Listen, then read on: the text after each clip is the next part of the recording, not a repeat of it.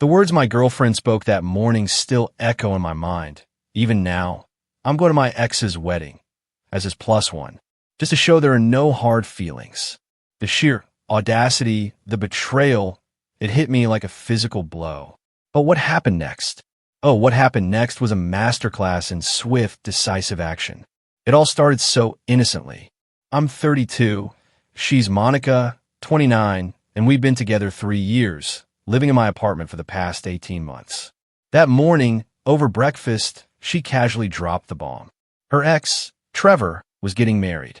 That's nice, I mumbled, focused on my scrambled eggs, not quite registering the casualness. Then came the twist. Yeah, about that, she said, twirling her hair. That nervous habit I used to find cute, but now just signaled trouble. He actually invited me as his plus one. I froze. I looked up from my plate, utterly bewildered. His plus one? To his own wedding? Not like that, God. Derek, don't be dense, she snapped, already defensive. His fiancée's family is super conservative. They think it's weird he doesn't have more friends. So he asked if I'd come show there's no hard feelings between us. You know, prove he's a normal guy with normal friendships. My coffee, usually a comfort, tasted suddenly bitter. And you said? I prompted, my voice dangerously calm. Yes, she chirped. It's the mature thing to do. Shows we've all moved on. I stared at her. You're going to your ex's wedding as his date to prove you've moved on. She rolled her eyes. You're making it sound worse than it is. It's literally just sitting through a ceremony and eating some chicken marsala. I'll be back Sunday night. The wedding's out of town. Phoenix. Trevor's covering the flight and hotel. Separate rooms, obviously. I placed my mug down very, very carefully. Let me get this straight. You're flying to Phoenix, staying in a hotel your ex is paying for, to be his plus one at his wedding, and you genuinely think this is normal? Derek, stop being insecure. It's not attractive. I'm doing him a favor as a friend. That's what mature people do. The sheer entitlement in her voice, as if I was the one being completely unreasonable, was infuriating. Okay, I said, a slow, dawning clarity washing over me. Have fun. She blinked. Really? You're okay with it? You already said yes, right? What's there to discuss? That Thursday, she packed her weekend bag, kissed me goodbye, and left for the airport. I watched from the window as her Uber pulled away, a strange, cold resolve settling in my gut. Then I got to work. First thing I did, the moment I knew she was gone, was change my relationship status on social media to single. My phone started buzzing within 10 minutes, a barrage of notifications, all ignored. Second thing, I texted Heather. By the way, if you're still with me on this roller coaster of a story, make sure to hit that subscribe button. Trust me, there are more wild tales where this came from. Heather was Monica's maid of honor from her sister's wedding last year. We'd hit it off at the rehearsal dinner, bonding over Monica's tendency to make everything about herself. Nothing inappropriate ever happened, but there was definitely a vibe, a mutual understanding. She'd once mentioned, after a few drinks, that Monica had interesting priorities. My text to Heather was simple. Hey, weird question. Did Monica tell you about this weekend? The Trevor thing. Her reply was instant. Girl, that's wild. Can't believe she actually went. I texted back. Want to grab coffee? I could use a reality check. Heather's reply. Wine would be better. Then Rosa at 7 that evening. Heather showed up looking professionally annoyed. I told her it was disrespectful. She said, not even sitting down. She just laughed and said, you were too secure to care about silly things. She what now? The anger flared in me. Oh yeah, she's been telling everyone you're totally fine with it. Super supportive. The perfect modern boyfriend who isn't threatened by friendship. I showed her my phone. 17 missed calls from Monica. She'd definitely seen the relationship status change. Heather leaned back, a faint smile playing on her lips. You know what? Good for you. She's been walking all over you for years, Derek. Years, sweetie. Remember her birthday party? You paid for everything while she invited Trevor. The vacation you planned that she canceled last minute to help Trevor move. The promotion dinner you missed because she had to console Trevor about his breakup.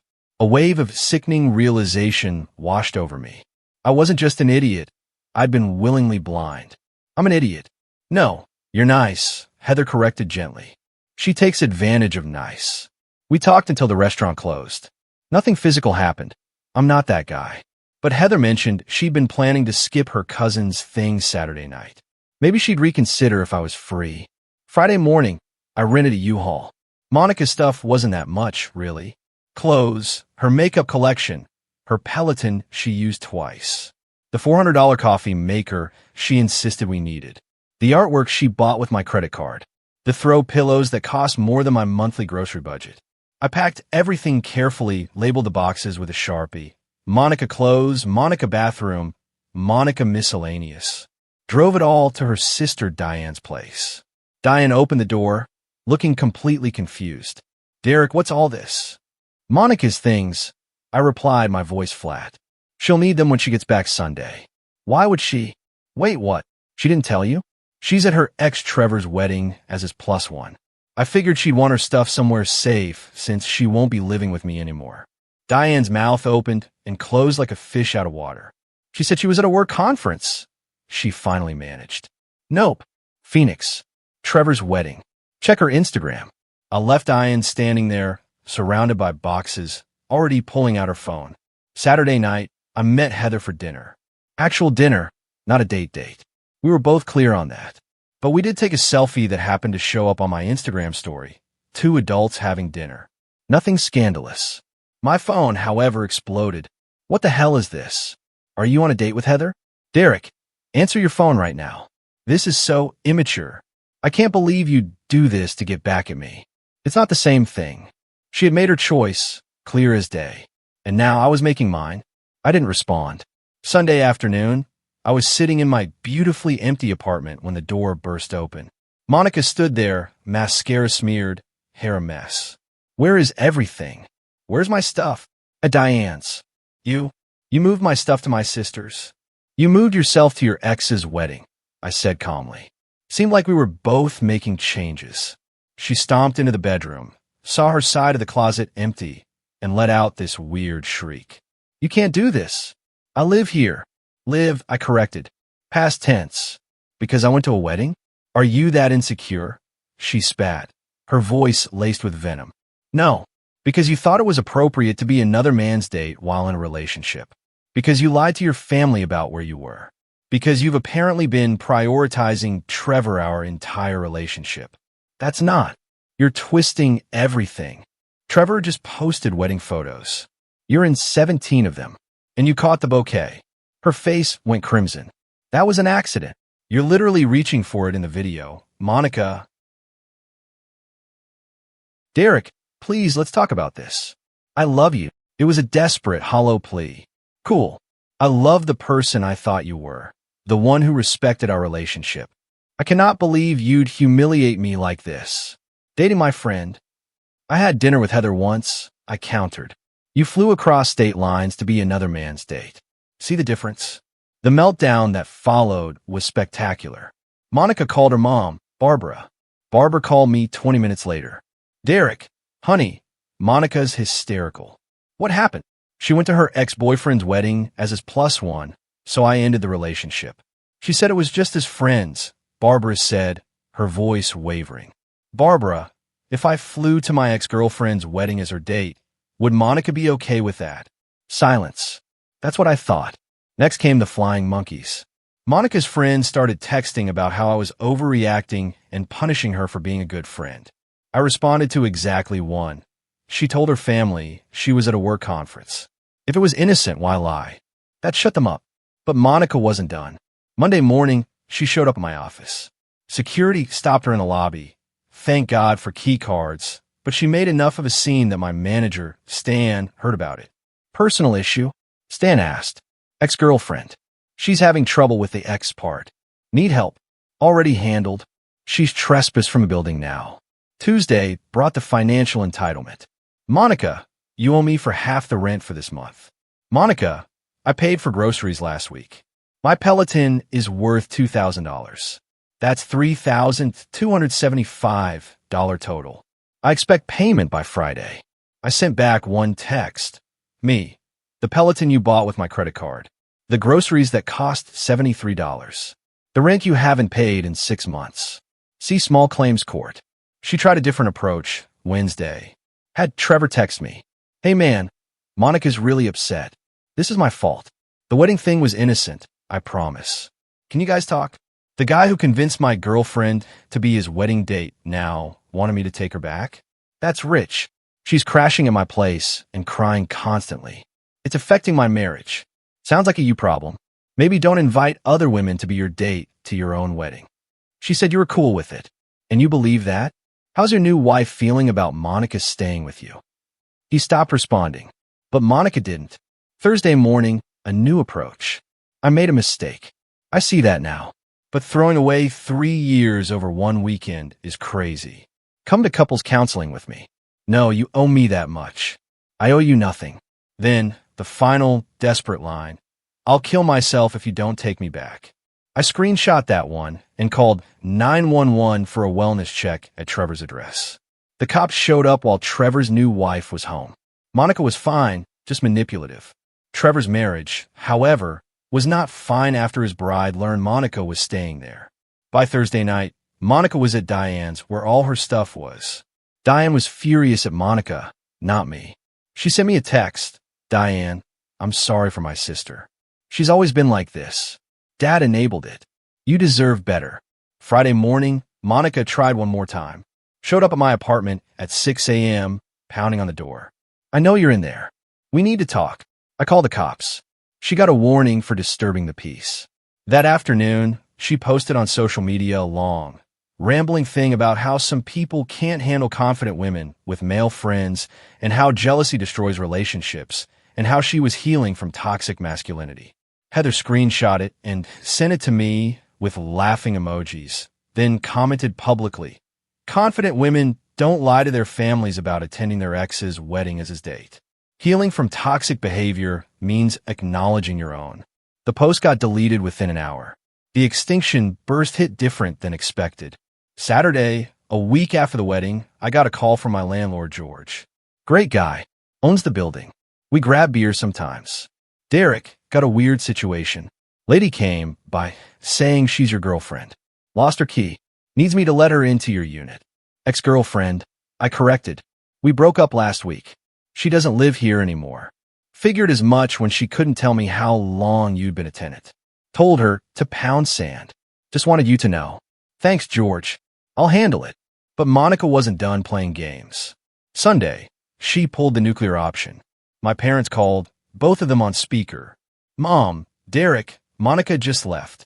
She was crying about wedding gifts. What wedding gifts?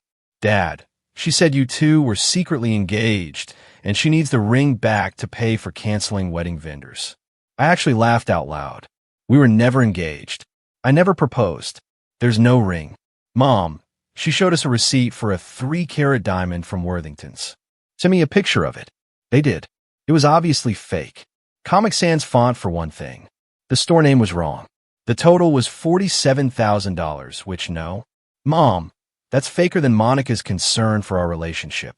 She's lying. Figured as much. Your mother wanted to be sure. Girl seems unstable, son. Working on a restraining order. Monday brought the work drama.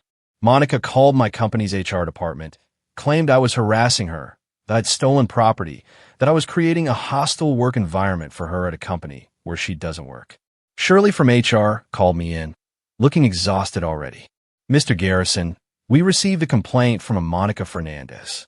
My ex-girlfriend, who I haven't contacted since we broke up 9 days ago. She claims you work together? She's never worked here. I have documentation of her harassment, if you need it. Shirley rubbed her temples. Please. I showed her everything. The texts, the wellness check report, the trespassing warning from building security, the fake engagement receipt, the police warning for disturbing the peace. I'll handle this, Shirley said. We'll be sending her a cease and desist about contacting our company. Tuesday was quiet, too quiet. Wednesday I found out why. Heather called. You need to see this. Monica had started a GoFundMe. Help me escape my abusive ex. The story she wrote was pure fiction. According to her, I had isolated her from friends, controlled her finances, and thrown her out for attending a family wedding. She needed $5,000 to start over safely. It had raised $300. I contacted GoFundMe with my documentation. The page was down within 2 hours. But the best part? Trevor's wife donated $5 with a comment, "Maybe don't stay with my husband after being his wedding date." Trevor was apparently sleeping in his car. Now, Thursday, Monica made her final mistake. She used a spare key she'd secretly made, except I'd installed a camera after the first incident. I got a crystal clear video of her entering at 2 p.m. while I was at work. She didn't steal anything. No, she did something weirder. She rearranged everything. Furniture moved slightly. Pictures rehung at different angles. Looks reorganized. She probably thought she'd make me think I was going crazy. Except she didn't know about the camera. I called the cops immediately. Showed them the footage. She was arrested at Diane's house for breaking and entering. Diane called me. "I'm done with her. Bail her out. She can figure out herself. Mom and Dad are done, too, after the fake engagement stunt." Monica spent 2 nights in jail before Trevor bailed her out. His wife promptly filed for divorce after less than 2 weeks of marriage. It's been 2 months now. The restraining order was approved. 2 years, no contact. Monica had to plead down to misdemeanor trespassing and got 6 months probation plus community service. Last I heard through the grapevine, she's living with her parents in Tucson. Trevor's divorce was finalized in record time. She lost most of her friend group after the truth came out. Diane still won't talk to her. She's working at a call center. The satisfaction isn't from revenge. It's from the clarity. 3 years I spent with someone who saw me as an accessory to fund her life while she prioritized her ex. 3 years of being gaslit into thinking I was insecure for having normal boundaries. The apartment feels different now. Lighter. I repainted the walls, got rid of that agreeable gray she insisted on. Put my movie posters she said were juvenile. Bought a coffee maker that just makes coffee, not 17 varieties of artisanal whatever. Heather and I aren't dating. We both agree that would be weird timing, but we're friends. Real friends. She introduced me to her cousin, Lisa. We've been on 3 dates. She thinks the whole Monica story is wild, but validating. She's never asked me to skip work to help her ex move. The note, the one I left when Monica came back to an empty apartment, it simply said, "You were right. This is what mature people do. They move on." She kept it. Apparently, Diane found it in Monica's stuff when she finally came to get her boxes last week. Said Monica had scribbled all over it with red pen, writing things like immature and manipulative and small dick energy. Diane took a picture and sent it to me with crying, laughing emojis. We're still cool. Last week, I got a notification. Monica tried to connect on LinkedIn. The message said, "Hope you're well. I've grown a lot. Coffee sometime." I screenshot it for the restraining order file and blocked her there too. Some people never learn. They just find new platforms to be entitled on. But that's not my problem anymore. My only problem now is deciding whether to paint the bedroom navy or forest green. Lisa likes green. So what do you think? Was I justified in my actions, or did I go too far? Have you ever had to deal with someone who just refused to see their own toxic behavior? Let me know in the comments below. I'm genuinely curious to hear your thoughts.